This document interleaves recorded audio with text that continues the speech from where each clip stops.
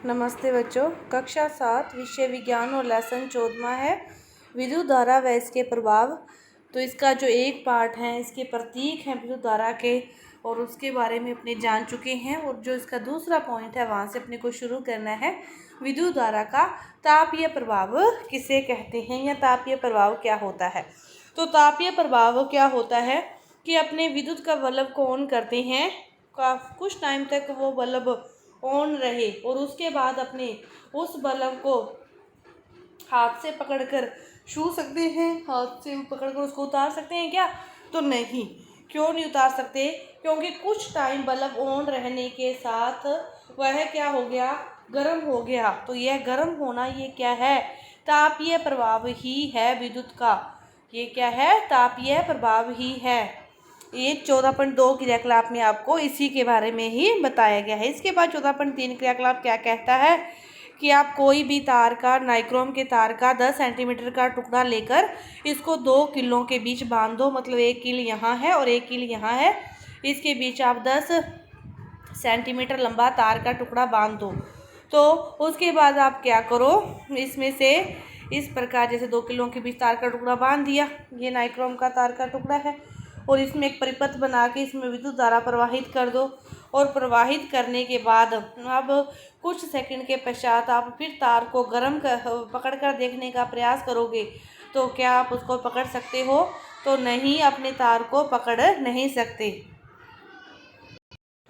तो तापीय प्रभाव किसे कहते हैं कि जब किसी तार से कोई विद्युत धारा प्रवाहित होती है तो वह तप्त हो जाता है। जब किसी तार से विद्युत धारा प्रवाहित होती है तो वह तप्त हो जाता है और इसे विद्युत धारा का तापीय प्रभाव कहते हैं। उसका तपना ही क्या कहलाता है? तापीय प्रभाव कहलाता है। तो क्या आप ऐसे किसी विद्युत सांद्रित्रों के नाम बता सकते हैं जिन्हें विद्युत धारा के तापीय प्रभाव का उपयोग होता है? ऐसे सांद्रित्रों के बारे में अपने उसका बल्ब हुआ, तार हुई, इसी प्रकार जो प्रेस हुई तो वो भी तो गर्म होती है, लेकिन उसके साथ साथ उसमें ऊष्मीय प्रभाव भी होता है। तो अपने विद्युत के ऐसे सांद्रित्रों के नाम बता सकते हैं। जब किसी तार में जो उत्पन्न ऊष्मा है उसका जो परिमाण है वो उस तार के पदार्थ, लंबाई, मोटाई पर निर्भर करता है। किसी भी तार में उत्पन्न ऊष्मा का परिमाण उस तार के पदार्थ की लंबाई, जिस धातु से वो बना हुआ है वह पदार्थ हो गया, लंबाई होगी और मोटाई होगी, इन पर वो क्या करता है? निर्भर करता है। अतः विभिन्न आवश्यकताओं के लिए विभिन्न पदार्थों तथा विभिन्न लंबाई एवं मोटाई के तार अपने उपयोग किए जाते हैं। अपने को जिस अकॉर्डिंग जिस चीज़ की आवश्यकता है अपने उसी अकॉर्डिंग उतनी ही लंबाई मोटाई का तार का यूज़ करेंगे। अपने कोई ज़्यादा ही हैवी चीज़ को चलाना है तो अपने थोड़ी मोटी तार का यूज़ करेंगे। अपने कोई ज़्यादा हैवी चीज़ को नहीं चलाना तो अपने पतली तार का ही यूज़ कर सकते हैं। तो इस प्रकार अपनी आवश्यकता पर निर्भर करता है कि अपने किस तार का, कितनी लंबाई चौड़ाई की तार का अपने को यूज़ करना है। विद्युत परिपथों को जोड़ने में प्रयोग होने वाले तार सामान्यतः गर्म नहीं होते। विद्युत परिपथों को जोड़ने के लिए जिस परिपथ संयोजी तार का अपने यूज़ करते हैं तो वो गर्म नहीं होते। इसके विपरीत कुछ विद्युत सांद्रित्रों के अवयव इतने अधिक तप्त हो जाते हैं कि आसानी से दिखाई देते हैं। कुछ ऐसे होते हैं कि अपने को दूर से पता चल जाता है, उनका रंग ही अलग हो जाता है गर्म होकर कि वह अब गर्म है, वह अब तप्त है, लेकिन कुछ गर्म नहीं होते। तो विद्युत जो बल्ब है, इससे पहले आप इस्त्री के बारे में देखो कि विद्युत इस्त्री का अवयव नहीं देख पाया। तो पहले ने उसे बताया कि जो हीटर है, हॉट प्लेट है, विद्युत इस्त्री है, गीजर है, विद्युत केतली है, हेयर ड्रायर है, जैसे जो विद्युत सांद्रित्र हैं इनमें अवयव के ऊपर आवरण होता है। तो क्या आपने उसे किसी विद्युत सांद्रित्र का उपयोग करते हुए देखा है? तो आपने किसी विद्युत सांद्रित्र का उपयोग देखा है इसमें से? तो आपने देखा होगा गीजर का, विद्युत इस्त्री का देखा होगा, विद्युत केतली का देखा होगा। तो ये सारे क्या हैं? ये भी तो इसके अंतर्गत ही आते हैं। जो बल्ब हैं उसके तंतु इतने उच्च ताप पर तप्त हो जाते हैं कि दीप्त होकर प्रकाश देना आरंभ कर देते हैं। जो बल्ब के ये तंतु हैं ये तप्त होते होते इतने तप्त हो जाते हैं कि ये प्रकाश देना आरंभ। यदि किसी तार से बड़े परिमाण की विद्युत धारा प्रवाहित होती है तो वह तार इतना अधिक तप्त क्यों हो जाता है कि पिघल कर टूट जाता है।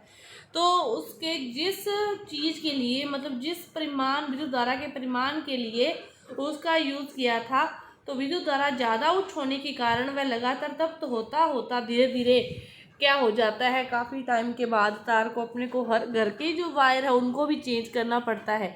तो वो तप्त होते होते क्या होती है, टूट जाती है। इसके बाद देखो क्रियाकलाप 14.4, इसमें क्या दे रखा है कि आपको जैसे 14.3 में बैटरी बनाई थी उसी के अकॉर्डिंग ही आपको इस बार जो सेल लिए थे उसके स्थान पर आपको 4 सेलों की आपको एक बैटरी लेनी है। आपने वो नाइक्रोम के तार वाला जो परीक्षण किया था उसी की तरह, लेकिन उसमें आपने एक सेल लिया था। अब क्या करना है, 4 सेलों वाली आपको बैटरी लेनी है और उसे उसी परिपथ में उसी प्रकार आपको रखना है। तो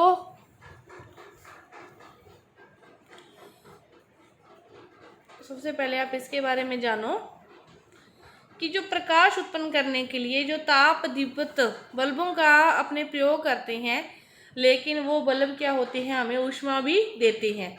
तो इसका अर्थ क्या हुआ कि विद्युत का जो एक भाग है वो तो ऊष्मा उत्पन्न करने में क्या हो जाता है, व्यय हो जाता है, खर्च हो जाता है। तो यह जो वांछनीय नहीं है, क्योंकि इससे विद्युत की क्षति क्या होती है, अधिक होती है। प्रतिदीप्त नलिकाएं तथा संहत प्रतिदीप्त लैंप, इनसे क्या है, बेहतर दक्ष प्रकाश स्रोत है। आजकल जो प्रकाश है वो उत्सर्जक डायोड और बल्बों का जो उपयोग है वो बढ़ रहा है।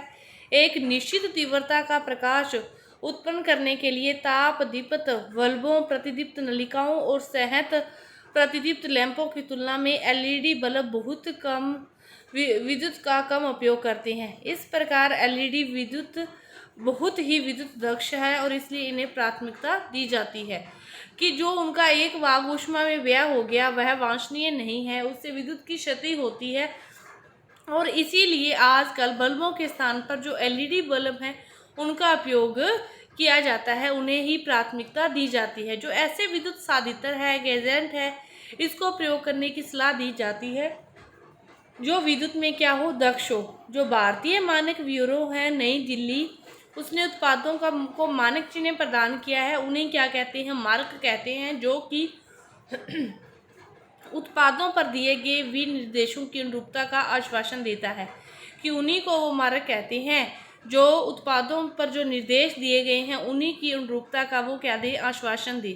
तो नोट क्या है कि प्रतिदीप्त नलिकाओं तथा CFL में पारे का वाष्प होता है जो कि विषैला होता है। अतः जो खराब प्रतिदीप्त नलिकाएं हैं, जो CFL का निपटारा है उसको सावधानी पूर्वक करना चाहिए, उसको ऐसे मतलब मजाक में नहीं लेना चाहिए, वो हानिकारक होता है, वो विषैला होता है। ये देखो आपने देखा होगा कि कमरे में पंखा चल रहा है तो आपने उसका जो स्विच है वो ऑफ कर दे, तो कुछ समय के लिए जो परिपथ में विद्युत धारा प्रवाहित करिए कुछ समय के लिए, फिर आप इस्पात उर्न के तार एवं लड़ी का ध्यान से परीक्षण कीजिए। नोट कीजिए कि क्या होता है कि क्या इस्पात उर्न का जो तार है या लड़ी है वो पिघलकर टूटती है। तो कुछ विशेष पदार्थों से जो बने तारों में जब अधिक क्षमता की विद्युत धारा प्रवाहित कर दी जाती है तो वो क्या हो जाती है, टूट जाती है, पिघलकर टूट जाती है। तो इन तारों को क्या कहते हैं, विद्युत फ्यूज फिर बनाने में किया जाता है। इन तारों का उपयोग ही जो शीघ्र ही पिघलकर टूट जाए, क्योंकि कई बार शॉर्ट सर्किट वगैरह कुछ होते हैं तो अपने जो फ्यूज हैं वो ज़्यादा ही पावर के लगे हों तो वो पिघलेंगे नहीं टूटेंगे, तो फिर वो अपने किस काम के, शॉर्ट सर्किट फिर नहीं रुकेगा। तो इसीलिए विद्युत फ्यूज बनाने में उन तारों का ही उपयोग किया जाता है जो पिघलकर शीघ्र से ही टूट जाए। तो सभी भवनों में प्रत्येक विद्युत परिपथ में फ्यूज लगाए जाते हैं और प्रत्येक विद्युत परिपथ में से ही प्रवाहित की जाती है। विद्युत धारा की कोई अधिकतम सीमा होती है जिसे उसमें से सुरक्षापूर्वक प्रवाहित किया जाता है। यदि किसी दुर्घटनावश विद्युत धारा का मान इस सुरक्षा सीमा से क्या हो जाए, अधिक हो जाए, तो तार क्या होते हैं, अतिदीप्त हो जाते हैं और उससे आग लग सकती है। और यदि परिपथ में अपने उचित फ्यूज लगा हो तो वो फ्यूज क्या हो जाएगा, पिघल जाएगा और परिपथ टूट जाएगा। और फ्यूज क्या है, एक सुरक्षा युक्ति है। फ्यूज फिर किस लिए लगाते हैं कि ये एक सुरक्षा युक्ति है कि जब विद्युत धारा का मान ज़्यादा आए, घर में किसी भी प्रकार का कोई शॉर्ट सर्किट हो तो फ्यूज पिघलकर टूट जाए और परिपथ टूट जाए और उसके बाद किसी भी प्रकार की हानि न हो। इसीलिए ये फ्यूज क्या है, एक सुरक्षा युक्ति है। बहुत ही महत्वपूर्ण है ये फ्यूज, एक सुरक्षा युक्ति। यदि फ्यूज नहीं पिघलेगा तो आगे घर में किसी भी प्रकार की फिर हानि हो सकती है। आपने अखबारों में, न्यूज़पेपरों में भी इसके बारे में आपने पढ़ा होगा। तो इसके जो आगे का जो पार्ट है वो अपने अगली वीडियो में करेंगे। धन्यवाद।